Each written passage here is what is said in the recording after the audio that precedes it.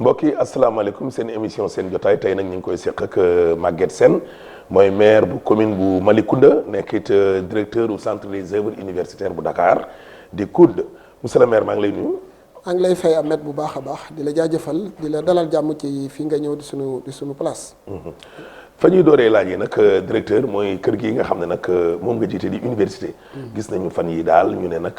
ramasse nañ fi ay ngànnaay ci néegu étudiants yi loolu nag jaaxal ñu bëree bëri perquisition bi kan moo leen xamal ne xale yi dañoo yor ay ngànnaay est-ce que mën nga ñu expliquer affaire bi opération bi nan la demee. waaw xam nga am na ñu bëri ñu ko wax ñu ne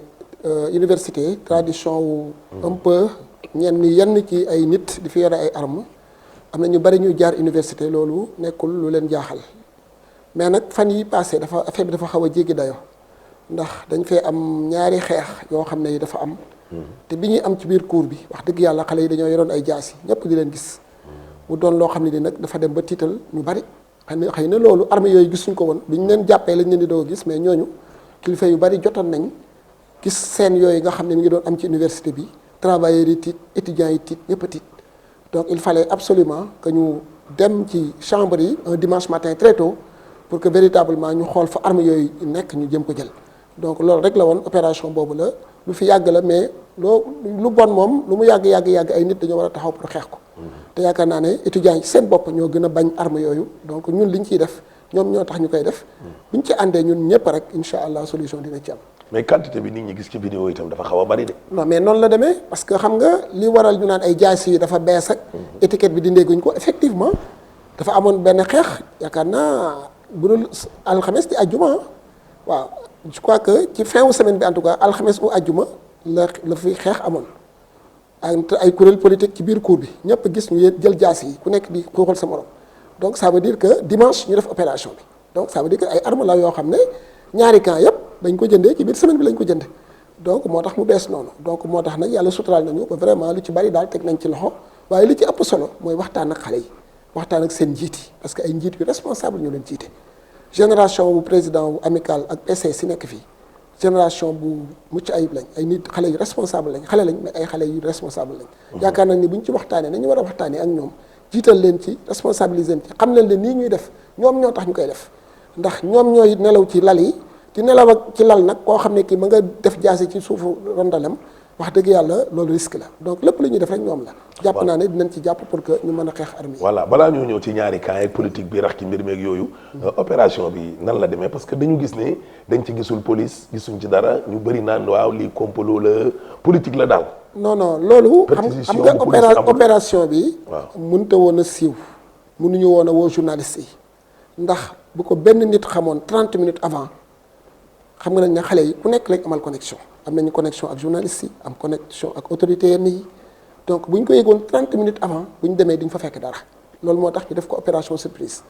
donc te maintien de l'ordre la aussi nekkul ne da ngay ànd ak caméra yi pour di ko def parce que li ci ëppoon solo rek mooy ñu dem armée fañ ko war a fekk ñu fekk ko fa jël ko te yaakaar naa ne amul benn étudiant ci campus bi buy weddi ne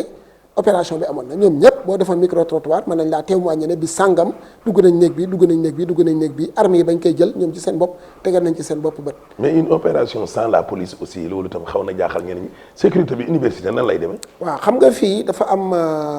ay loi ak ay règlement yu régir espace universitaire. ba nga xam ne police amul droit dugg fii donc COUD moo am sécurité bi COUD bi tamit armé wul xam nga loolu moo tax ñu war a combattre armée yi. ndax bu fekkee ne gendarmerie du dugg police du dugg armée du dugg ñi fi nekk tamit amuñ yore sécurité bi amuñ droit yore arme donc ñi nga xam ne ñoom la ñuy di assurer seen sécurité muy étudiants yi bu ñu bëggee armé wu day xaw a doy waar donc day doon un danger permanent qui est là donc service sécurité COUD amuñu arme donc liñ mën rek mooy dugg ci chambre yi wax ak xale yi ñenn ñi nangu te la plupart du temps nit ñi dañoo collaborer ndax ku nekk xam na ne arme moom ku ko denc tamit denc nga lu dul yoon waaw. loolu daal moom moo xawoon a jaaxal maanaam nit ñi opération bi mbir mi ni mu sophistiqué xale yi dañ leen bett guddi wala. non dañu leen bett suba teel.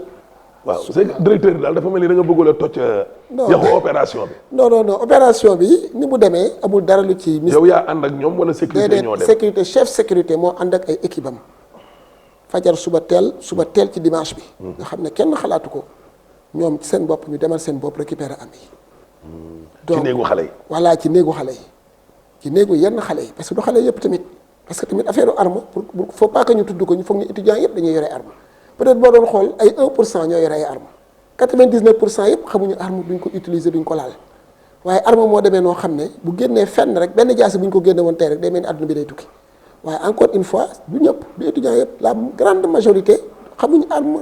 laaluñ ko jegewuñ ko mais nag ñenn ñi nga xam ne ñooy def yenn lutte yi ñoom ñooy yore arme yi donc loolu rek la woon donc voilà. d'accord mais gis nañ ne entre amical xeex yee jàppal bàyyi li loolu yàgg na ci université mais ngànnaay yeeg coow lii mujj fi am yëpp nag dañoo jàpp ne ñëw Ousmane Sonko bi moo ko gën a yëngal yow jàpp nga loolu. bon je crois pas c'est vrai que loolu tradition la waaw c'est vrai que am na lu mu ci laal tuuti rek mais tradition ay amical yuy xeex moom pour amical bi renversé bee moom yàgg na fi tradition la. mais xëy na nag voilà xëy na nag contexte politique bi tamit am na lu mu ci yokk ndax am na ci benn xeex boo xam ne bi xeexu politique la woon donc loolu mën nañoo jàpp ne visite bi am na ci tuuti effet effectivement kenn mënu ko weddi donc je crois que loolu la rek mais dans tous les cas li ëppoon solo ci loolu yëpp mooy ñun ak amicale yi am na benn pacte bu ñu war a signer pour que ñoom amicale yi ci seen bopp ñu engagé wu pour combattre violence pour combattre utilisation armée yi bu ñu ci jógee ñoo ngi waaj a organiser une journée de la paix boo xam ne bi amicale yi ñoo koy taxaw organiser ko journée de la paix boobu. ci université. voilà ci université bi dañoo bëgg muy président amicale yi muy ñii leen di waaj ñi seen concurrent yi nga xam ne dañoo bëgg a jël seen place ñu leen di woowee opposition dans l'espace ñooñu ñëpp def ay déclaration ni utilisation arme blanche ci université dañ ko war a bannir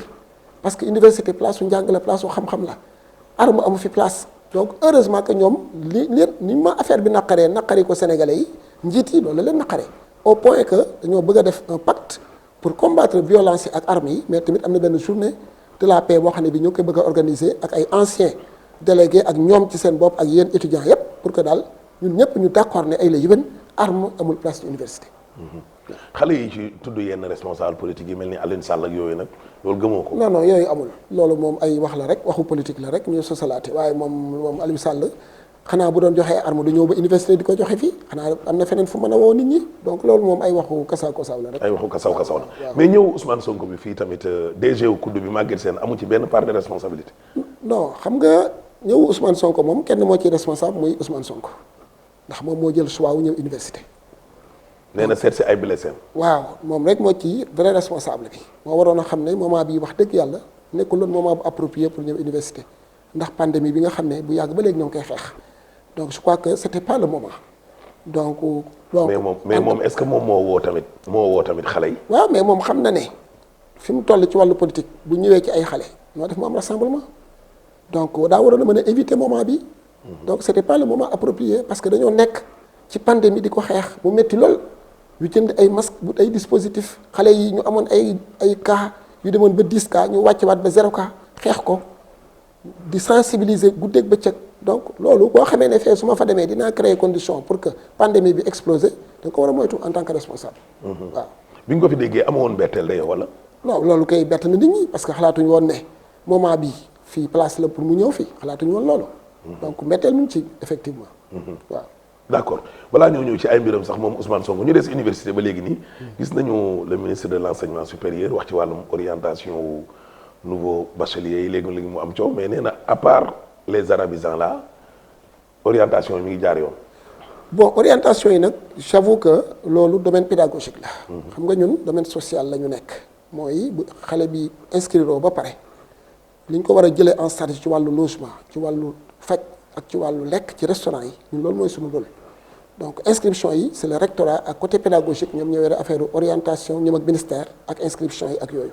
donc je crois que mënuma cee sori. d'accord mais directeur xam naa bi itam di nga waxaat côté pédagogie rectorat ak état mooy affaire bourse yi chaque année. il faut que coow am xeex am sànni xeer am. waaw xam nga bourse yi nag. xam naa ne diisaay bi la. parce que xam naa ne Sénégal li muy def ci wàllu bourse. ak ci wàllu social jëm ci ay étudiants boo doon xool Afrique. bariwul ay réew yu koy def donc peut-être diisaay bi mooy waral léegi nañ ko war a fayee léeg-léeg mu am ay difficulté mais je crois que loolu le directeur des bourses am na ci conscience te mi ngi ciy liggéey donc je crois que depuis un certain temps déggatuñu xale yi manifester ngir bourse voilà donc li ci nekk rek mooy ñu xam ne y a des problèmes directeur des bourses xam na ko te leer na ma ne yitte ji ca war dina ko ca def ñun ñi tamit mënuñ caa nekk jàmbur ndax xale yi bu ñu leen fayul bourse bu ñu def front di xeex ak policiers yi ñun ñooy subir les conséquences ñun kudd parce que bu ñu xeexee ak policiers yi ba naaj bi tànk bu ñëwee ci restaurant yi dañ naan dañuy lekk sans fay ngénte tubaab donc ñun tamit moo tax problème yi mel noonu bu amee duñ ci nekk jàmbur luñ ci man rek ci jàppale directeur des bourses woote au ministère des finances képp ko ñu xam jàpp ci parce que tout simplement question la boo xam ne bii nekkuñu responsable bi mais conséquences yi ci suñ kaw lay daan waat. ñu dem ci wàllum politique ak wàllum actualité gis nañ ne coowal Ousmane Sonko moom ñëpp a ngi koy suivre lalli nañ malaanu kiiraangeem waaye nee na du wuy ji yow en tant que sénégalais. nee na. ne du wuy ji parce que. ah d'accord procédure bi côté justice bi jaarul yoon. côté assemblée jaarul yoon. waaw man de en tant que responsable. bu doon man la dinaa teggi coono sénégalais yi dem wuy ji rek. mu dem wuy ji waaw dem wuy ji moo gën a kii moo gën a yomb pas yomb sax mais moo gën a responsable parce que réew mi ak fitne bi ñu nekk ak bu policiers yi naree dem pour jëli ko la ca nar a xew la ca war a mën a xew ci wàllu violence ci wàllu gaañante en tant que responsable pour man demoon rek toog dem wax dëggam sénégalais yi atte man jàpp naa ne loolu moo gënoon a moom daal bu doon man la man loolu lay def waaw. mais nee na moom bu ñu ko jaaralee yoon rek mu dem wuy ji. waaw mais jàpp na ne moom daal lépp daal complot la. non xam nga tuuma moom ki ñu tuumaal rek moom mën na raxas boppam ba mu set te tamit sénégalais yi am nañu xel di xalaat donc man jàpp naa ne comme dañ ko tuuma moom du taq bu fekkee ne réellement defoo ko boo fa xasee mu deñ donc man jàpp naa ne li nga xam ne moo doon noppal Sénégal noppal réew mi mooy mu dem wax nit ñi dégg waxam nit ñi juger après donc man jàpp naa ne loolu bu ko defoon daal moo gën ci moom politiquement te moo gën tamit ci réew. est-ce que yi fi jot a jaar taxul mu ne daal moom du dem wuy ji. ah bon ñi fi jot a jaar cas yi nag bokkul parce que am na cas yi yenn yi moom ak nguur gi direct am na ñoo xam ne ñii ñoom ak nguur gi la. ñoom Karim ak Khalifa. voilà ku mel ni Khalifa Sall ay affaire deniers publics lañ wax ku mel ni Karim Wade deniers publics la mais lii ab sénégalaise moo taxaw tuumaal ko donc pour man en tant que leader politique waroon na mën a dem assemblée wax ñu dégg ko waroon na mën a dem ci justice wax setal boppam bu ko defee ñëpp am jàmm bu ko defee juger peuple bi tamit mën a juger donc man je crois que c'était la meilleure façon de se comporter à mon avis waaw. d'accord ñu des ci wàllum politique ba léegi ne nag Maguette Sène maire bu Malicounda. moom candidat la waat wala. waaw candidat la par principe mais maa ngi xaar population bi tamit dëggal ko waaw ndax xam nga maire bu nekk nag boo sa premier mandat dañu naan nit ñi ñoo la koy fal mais sa deuxième mandat yaay fal sa bopp donc un maire boo amee benn mandat dina doon défi pour yow nga présenté waat pour évaluer yow sa liggéey bi nga def ndax nit ñi rafet nañ ko waaw wala déet. kon da ngay présenté waat. waaw incha allah. foofu ca Malicounda. incha allah nañ des foofu sax mais lan moo tax seen côté boobu bëri ay problème mu coowu suuf. waaw xam nga coowal suuf moom. pour nga gis sa commune. ci Petite Côte bi boo xam ne dégguñ foofu. non coowal suuf. waaw dañ koy compter de. effectivement loolu tradition la foofu wax dëgg yàlla coowal suuf moom yomb nañ di ko gis lu bari foofu waaye li ma wax fii ci université bi rek un mal moom doo toog rek ne yàgg na fi rek nga koy seetaan il faut nga jéem ci fekkee ne yow dañ laa nommé nga nekk un responsable ñun bi ñu ñëwee bi ñu falee en 2014 sama premier discours boo xoolee vidéo yi mooy fexe ba sécurité juridique au plan foncier ñu am ko ci Malicounda parce que Malicounda dañ ko daan dégg ci litige foncier yi dul jeex tribunal mën na woon a am un mois boo demul tribunal te fekkoo fa coowal loo xam ne suufu Malicounda la mairie bi ñu koy convoqué ci tribunal yépp ba ci conseil d'état ba woon ay décision Malicounda cassé nañ ko fa ndax affaire du coowal suuf bi ma ñëwee ma ne leen on va tout faire pour que képp ko am kër Malicounda nga am fa suuf nga war a nelaw ba yandoor te am yaakaar am xel mu dal ne naka sunu noonu duñ ko ci def mukk loolu on a mis en place un dispositif bi c'est simple fexe naa ba ku am kër mu nekk ci sa tur balaa muy jógee ci sa tur dem ci turu keneen soit yow ci sa bopp yaay ñëw toog ci officier d'état civil signé légalisé ne man maa ko jëlee ci sama tur jox ko turu diw wala yow nga dem gendarmerie wala ci notaire def procuration pour jox nit sañ-sañu ñëw ci mairie bi pour ñu muté kër gi jóge ko ci jëlee ko ci diw yóbbu ko ci diw je crois que loolu rek la coow li ko indi mooy dañuy jox kër nit jox ko keneen wala ñu jox ko keneen jël kayit gi de manière très légère ñu jëlee ko ci turu nit yóbbu ko ci turu nit coowal suuf yëpp loolu. mais loolu fo yéen seen faute lañ koy jaglelee chaque jour ba ci rencontre avec président maire yi la ñëpp di joxoñ. waaw mais loolu mënul ñàkk mais en tout cas dans tous les cas li am solo rek mooy man sama cas ma wax ko mu doon leçon mooy ñun fekkoon nañ coowal suuf lu bari bi ñu ñëwee amoon nañ ambition wu créer sécurité foncière ci suñu suuf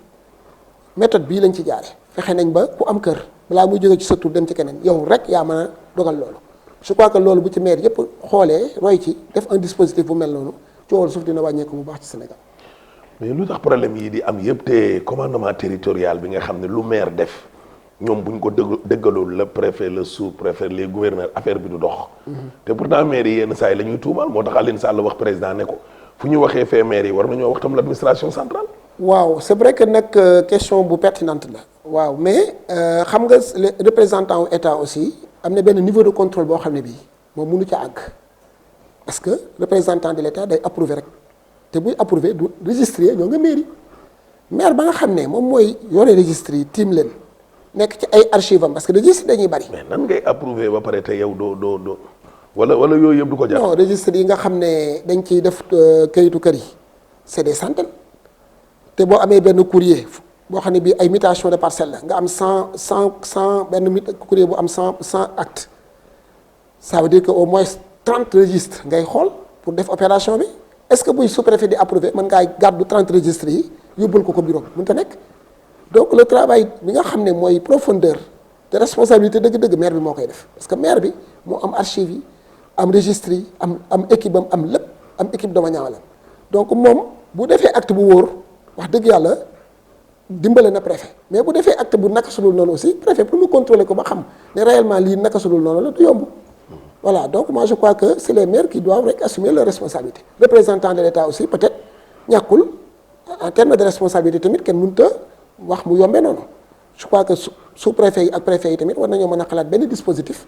même si c'est électronique bu leen di permettre balaa ñuy approuver acte ñu war ko mën a contrôler. D'accord en dehors de seen compétence transférées yi est-ce que maire am na sañ-sañ jaay terrain maire baa ma ko jaay léegi la nga dégg phrase boobu. non maire moo ma jaay man terrain bi. non maire amul. sañ-sañu jaay terrain maire li mu am sañ-sañ mooy ay population soxla ay terrain mu lotissé jox leen.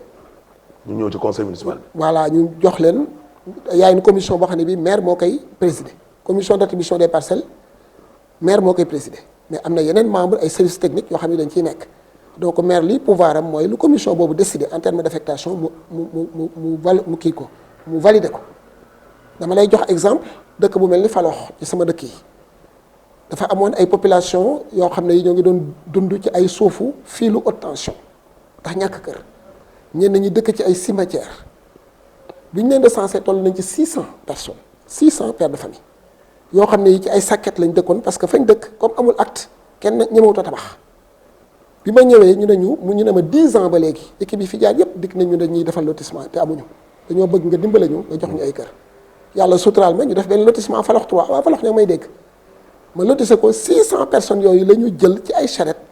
ñëpp recaser leen ba créé waat ñaari quartiers yu bees benn bi tudd Xelkom benn bi population yi tudd ko cité Maguette Sène donc tey jii yóbbu nañ fa courant yóbbu fa ndox donc lotissement loolu moo ko yëkkati mooy ay population ñoo ngi ci ay jaaxle ñoo ngi ci ay bay dëkk ñoo ngi ci ay mbedd ñoo ngi ci jaaxle nga lotissé jox leen donc foofu la ñuy xaar maire te yaakaar naa ne nag maire yi ëpp ci maire yi loolu lotissement noonu la ñuy def c'est que nag naka sulul noonu moo gaaw a siiw ba xam ne ñaar wala ñett bu ñu ko defee bu ñu ci coowee rek mel ni ñëpp loolu la ñuy def alors ko demeewul noonu leer na ma ne li ma tudd nii wax ko am na yeneen maire yu defaat lu raw sax li ma def mais comme lu gars yi moom lu train ba dul accès heure rek la ñuy xool moo waral coow li parfois ñu foog ne ñëpp dañuy def naka sulul noonu alors ko demeewul noonu. D'accord balaa ñoo ñëw ci ay affaire report élection ñu wax ci aéroport Diass. waaw nekkam bi ci seen gox boobu noonu muy Diass googu Malicounda ba laal département Mbour mi lan la ci maire yi population bi am. bon xam nga moom en terme de retombée boo dee xool affaire u impôt ak taxe kooku mairie Diass moom moo ko mën a wax parce que fi ñu implanté infrastructure bi rek ak ñun lu ñu ko jege. du point de vue de la loi ñooñu rek ñoo ci mën a am ay profit donc te man interrogé wu ma maire Diass ba xam ndax mi ngi jot ay taxes wala déet mais li ma mën a wax rek mooy impactu aéroport ci économie département bi lu am solo la parce que aéroport ku ko wax transport wax dëkkuwaay wax ay hôtel wax yu bari parce que tey leer na leen ne pilote yi nga xam ne aéroport Dakar bi muy fonctionner dañ daan dem King Fahd Palace ak yeneen hôtel di fa dal tey pilote yooyu yëpp Saly la ñuy dal loolu dina am koom-koom bu rëy bu mu yokk ci commune Saly tey jii département de Mbour ñëpp fu bëgg a dëkk ndax boo waxee dañ naan la jigéen a autoroute à péage bi ubbeeku na ci autoroute à péage bi waaye aéroport bi tamit soriwu ko donc ba tax na tey jii am na ay kuréelu surtout sénégalais yi nekk à l'étranger ñu bari dëkk suñu zone boobu daf leen a intéressé donc indirectement impacté na bu baax économie département bi mais peut-être comme aéroport bu bees la peut-être au fur et à mesure ñuy dem impact bi dinañ ko gën a gis. d'accord mais bi juin rek ngeen nekk fa ñaari at ñu jàpp ne maire yëpp léegi daal dañu faa nekk noonu illégalement. waaw yow en tant que maire noo gisee. non xam nga prolongation wu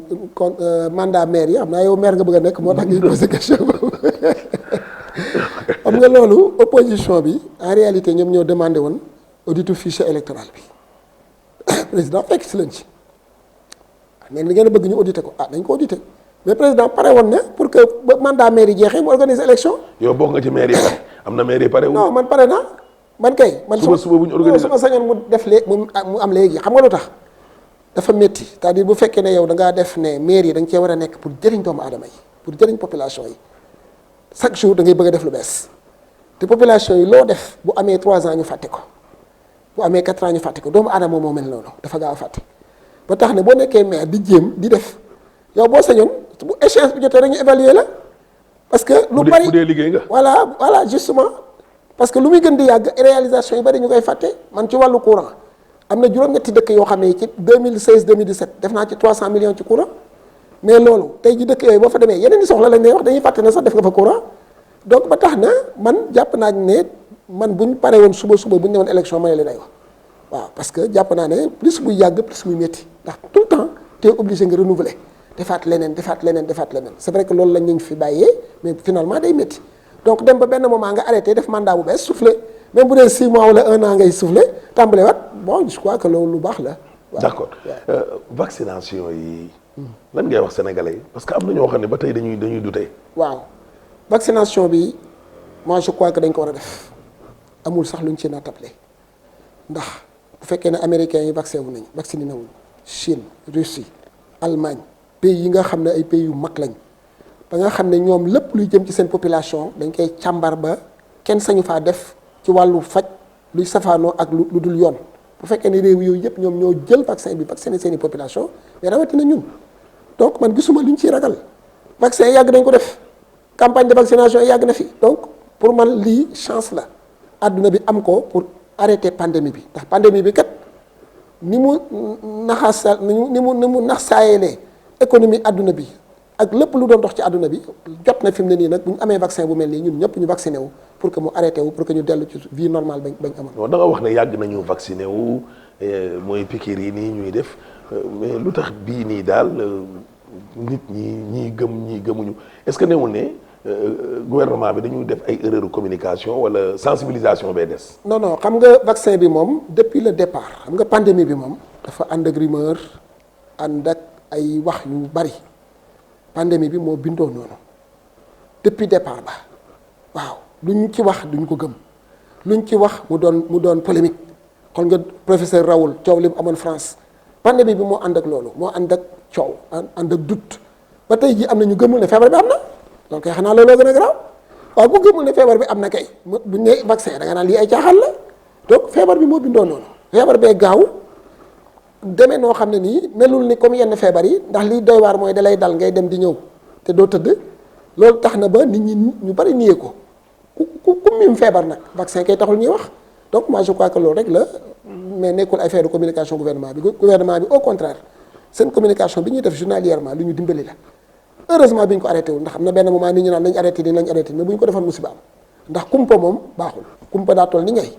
waaw donc heureusement que ñoo ngi communiquer régulièrement sur la pandémie pour man daal la nit ñi vacciné wu ndax vaccin bi lu baax la. am na Sénégalais yi jàpp ne Macky Sall def na erreur de communication piqûre leen wala ma mayee ji ko.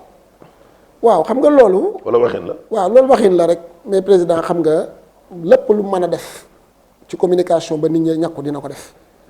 waaye loolu waxin la rek waaye leer na ma ne nit ñi daañu ñàkku ba ñëpp mat incha allah bu desee ñu doog a may Gambie wala beneen pays waaw. xeexu corona bi ci biir université bi nag est-ce que dina yomb. waaw non corona bi est-ce que nekkul ne codification fii ñëpp fii la ñuy fanaan. non université yàlla suturaal nañu ndax xam nga foo xam ne fii lu jege 20 000 wala 30 000 personnes ñoo ngi fiy dund parce que nombre de lits actuellement mu ngi toll ci 10 000 lits donc voilà dalay ngay jàpp ne entre 10 000 15 000 ba 20 000 personnes ñoo ngi dund ci espace bi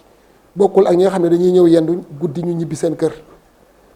ku nekk xam na ne ñoo ngi doon craindre lu rëy mais yàlla suturaal nañu ndax bi ñu amee 2 cas dañoo daal di ci saasi am ay pavillon yu tuddee pavillon des mariés yoo xam ne dañ ko réservé woon pour que bu ñu amee ay cas wu Covid ñu isolé leen fa. heureusement parce que xale yi benn moment donné doon nañu wax jox leen ñu pavillon yi jox leen ñu pavillon yi ñu dëkk ci mais ministère de la santé moo ñu ne woon da ngeen réserver ay pavillon pour bu amee cas wu Covid ñu résister ñu ne leen ministère de la santé moo ñu ko recommandé nañu topp recommandation yi moo tax bi Covid bi amee ci saase ñi nga xam ne dañoo positif dañ leen a yóbbu ci benn pavillon cas contact yi ñu yóbbu leen ci beneen pavillon loolu permettre ñu vraiment ñu maîtriser maladie bi demoon na benn moment ba 10 bi muy doog a am mais wàcce nañ ko tey ba zéro cas loolu benn cas la muy prise en charge médicale bi jëm matuwaay yooyu ñu ci jël ay matuwaay yu am solo la beneen bi ci topp muy sensibilisation bi boobu tamit dañoo jël président wu amical yi ak président commission sociale yi boole leen ci en masse ñoom ñëpp ñu bokk ci contribuer ci donc muy loo xam ne lii ñoom ñoo ko jiite di waxtaan ak seen i moroomu étudiant parce que étudiant moo mën a wax ak moom ba sensibilisation bi jàll bu baax mais beneen mesure bu am solo bu ñu jël mooy jox xale yi ay masque ak ay gel janvier ak tey jënd nañ lu toll ci 350 000 masques xam nga étudiants yi ñoo ngi toll ci à peu près à 80 000 mais 350 000 masques mooy étudiant bu nekk di nga dem am ba 4 masques installé ay stand ci biir université bi 25 stand ni ñu ko defee fii Dakar lañ ko defee université Cheikh Ibrahima Niass ci lañ ko defee ci université Amadou Mahtar Mbow ndax yooyu yëpp ci COUD lañ dépendre au plan social donc 25 stand yoo xam ne yi foo tourné rek am na ko pare pour jox la masque ñu def benn campagne d'une semaine boo xam ne bii distribution gratuite de masque un étudiant un masque loolu moo ñu dimbale tey ba ñu tey on est à 0 cas ñoo ngi laal bant yàlla yàlla yemale ko foofu mais daal ñoo ngi am yaakaar ne taxawaay bi ñu waroon a taxaw ci wàllu mbas mi yàlla suturaal nañ ba taxaw nañu yàlla suturaal ñu ba feebar bi fii jëlee nañ ko fi ba mu jeex tàkk. ñaax bu mujj bi nga doon ñaax nag étudiants yi. waaw ñu dellu si waat ci wàllum ngànnaay. waaw sécurité seen dund fii. waaw bon li ñu may foofu rek mooy peut-être li ñu prévoir en 2021 ci wàllu budget année 2021 dañoo jël budget bi jagleel ko étudiant bi ci biir néegam mooy boo xoolee environnement extérieur bi macha allah dinañ continuer liggéey bi nag ci wàllu environnement extérieur parce que créé naa même benn département bu bees bu tudd département de l'environnement donc lépp lu ñu def fii rek dafa mel ni man lañ ko defal parce que man dama bëgg environnement donc dinañ continuer liggéey bi à l'extérieur des pavillons dans la cour et dans l'environnement mais focus bi dëgg ren dañ ko bëgg a def ci chambre étudiants yi dañoo bëgg jënd ay lal yu doy jënd ay matelas yu doy ba xale yi di tëddin bu baax jënd mobilier de cité seen salle d'études yi ñu équipé ko ba na mu mel ñu changé ko seen salle de sport yi ñu réfectionné ko équipé ko prise en charge médicale bi tamit maa ngi jaajëfal le ministère de tutelle suñu patron Cheikh Omar Anne bi nga xam ne initié na benn district sanitaire mi ngi koy tabax xam naa boo génnee di nga ko gis ci biti muy immeuble bu mag boo xam ne bii bu paree dootul soxlaati ñuy jëlee benn étudiant di ko yóbbu Fann wala feneen hôpital lay doon ci biir université bi avec spécialité yépp donc loolu mooy suñu objectif ci 2021 bi ñu bëgg nag xale yépp nag mobiliser wu ak travailleurs yi jàppale ñu ci fi may mujjee fi nga wax léegi muy wàllu violence bi moom ñun ñëpp ci war a jàpp moo tax ñoo ngi waaj a waxoon naa ko sànq yaakaar naa organiser benn journée de la paix semaine bii di ñëw boo xam ne bii étudiants yi lañ ci bëgg a àndal pour que étudiants yi ci seen bopp jëlal seen bopp en charge lutte contre la violence dans l'espace universitaire waaye surtout jëlal seen bopp en charge utilisation arme ci biir université bi encore une fois arme amul place ci université bi te ñoom am nañ conscience boobu d'accord nañ ci ak ñun pour que ñu xool ñoom ñi nekk les actuels présidents ñi nga xam ne seeni concurrents lañu te tuddee leen opposition ci espace bi ak même anciens délégués yi pour que ñu boole suñu doole ñun ñëpp ak travailleurs yi pour que ñu xool ni ñuy waxtaanee ba dans l'espace universitaire benn arme dootuñ ko fi utiliser donc je crois que loolu nag seen intérêt la parce que encore une fois ñoom ñooy fanaan ci campus bi. présentation bi tamit ci fàttali vous êtes aussi le président de l'amicale des administrateurs civils du Sénégal. kon boog leer na monsieur le maire kon ñu ngi lay gërëm di la sant merci. jërëjëf Ahmed maa ngi lay jaajëfal bu baax di rafetlu sa liggéey ci émission seen jotaay bi nga xam ne vraiment Sénégal yëpp ñoo ngi koy déglu. mu nekkoon seen émission seen jotaay tey nag ñu ko doon seq ak maire bu Malicounda nekk tamit directeur du centre des œuvres universitaires bu Dakar di COUD Maguette Sène di leen jox kon dig daje ci beneen numéro incha allah.